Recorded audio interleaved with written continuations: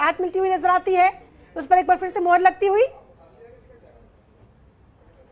हाँ बिल्कुल, देखिए गुजरात के परिप्रेक्ष्य में बात करें तो ये बात सच साबित होगी कि यहाँ पर अगर वोटर टर्नआउट कम हुआ है पहले के मुकाबले, तो वो सत्ता के पक्ष में वोट ज्यादा दिखाई दे रहा है, जो कम से कम जो एग्जिट पोल के आंकड़े हैं। लेकिन अगर आप बात करें, यही दिल्ली की बात करें, एमसीडी की बात करें, 2017 में 53% वोटर टर्नआउट हुआ था, इस बार 50% हुआ है।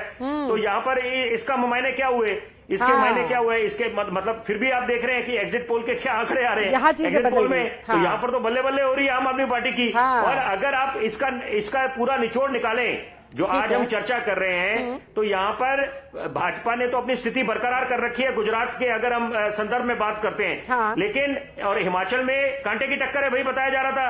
और सबसे बड़ी बात है आम आदमी पार्टी। कुल मिलाकर अगर हम ओवरऑल देखें तो नुकसान बीजेपी का होता हुआ, क्योंकि देखिए एमसीडी में भी बीजेपी थी, हिमाचल में भी बीजेपी, गुजरात में भी बीजेपी। अगर जब वो सिर्फ एक ही जगह पर रिटेन कर पा रहे हैं, तो बाकी दो जगह उसे जो नुकसान होता हुआ दिखाई दे रहा है सबसे ज्यादा, यानी कि बीजेपी खोती हुई, अगर एग्जिट पोल्स पर विश्वास करें।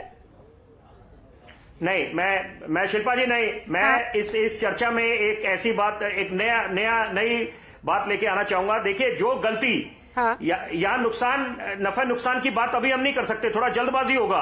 यहाँ पर जो गलती विपक्ष करती आई है दोनों चुनावों में, 2014 की बात करें, 2019 की बात करें, वहां पर क्या होता है, पूरा विपक्ष बनाम मोदी हो जाता है और नरेंद्र मोदी को हर तरह के अपशब्द कहे जाते हैं, जिसका अंत में फायदा नरेंद्र मोदी को होता है। वही गलती यहां पर भाजपा ने करी दिल्ली में नगर निगम के चुनावों को। अच्छी बात है, हर चुनाव को अहमियत मिलनी चाहिए, चाहे विधानसभा को, चाहे लोकसभा को, चाहे नगर निगम का हो, लेकिन यहां पर पूरे दमखम से सारे स्टार प्रचारक निकल आए। अरविंद केजरीवाल को भी घेरा, मनीष सिसोदिया को भी घेरा। अगर आपने उनकी आबकारी नीति के खिलाफ अगर इतनी आवाजें उठाई, तो कार्रवाई अंत में क्या हुई, अंत में क्या हुआ, क्या किसी की गिरफ्तारी हुई? तो ये बातें जनता भली भांति समझती है कि ये चुनावों से प्रेरित है। चुनाव खत्म हुए नहीं तो सारे मामले ठंडे पड़ जाएंगे। ये बातें अभी जो गलती देखिए, क्योंकि क्या कारण था पहले विधानसभा में भी, दिल्ली एमसीडी से पहले हमने देखा किस तरह से आम आदमी पार्टी की तरफ से और बीजेपी की तरफ से एक दूसरे के ऊपर कीचड़ उछाला गया, बकायदा वीडियोज रिलीज की गई, बकायदा तमाम प्रेस कॉन्फ्रेंसेस हमने देखी, एक एक बड़े बड़े चेहरे, दिग्गज नेतागण सामने आकर किस तरह से वार पलटवार करते दिखाई दिए।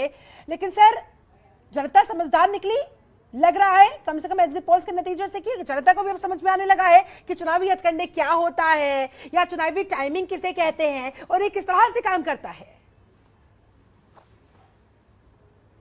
कितने कमाल की बात है शिल्पा जी कि दिल्ली की आवाम की अगर बात करें, दिल्ली की जनता की बात करें, सारे चुनावों को आप मद्देनजर रखिए, 2015 का विधानसभा का, वहां दिल्ली की जनता प्रचंड बहुमत दे देती है आम आदमी पार्टी को। 2017 का एमसीडी का चुनाव, वहां पर बहुमत, वहां पर अपना भरोसा जताती है भाजपा पे नगर निगम के चुनावों में। 2019 का लोकसभा का चुनाव, 7 सीटें भाजपा को दे देती है दिल्ली की जनता। वही जनता है, जनता कोई बदली नहीं है। और अगर आप नगर निगम, अब 2020 का विधानसभा का चुनाव, वहां पर आम आदमी पार्टी बाजी मार जाती है। तो भली भांति दिल्ली की जनता समझती है कि क्या मायने लोकसभा के चुनावों के, विधानसभा के और नगर निगम के, और किसको अपना उम्मीदवार चयन करना है। दिल्ली के लोगों ने सीख लिया है, आज के वोटर्स से सीख लिया है। रमेश ठाकुर जी, आपके इस पर मैं रिएक्शन चाहूंगी। जनता अब समझदार हो रही है, बहुत अच्छी मिसाल कायम करी है दिल्ली वालों ने। रमेश जी, दिल्ली वालों ने बहुत अच्छी मिसाल कायम करी है। विपिन जी ने बिल्कुल सही बात कही। अरे भाई रुको यार, बोलने दो। विपिन जी ने बिल्कुल अच्छी बात कही। देखिए ये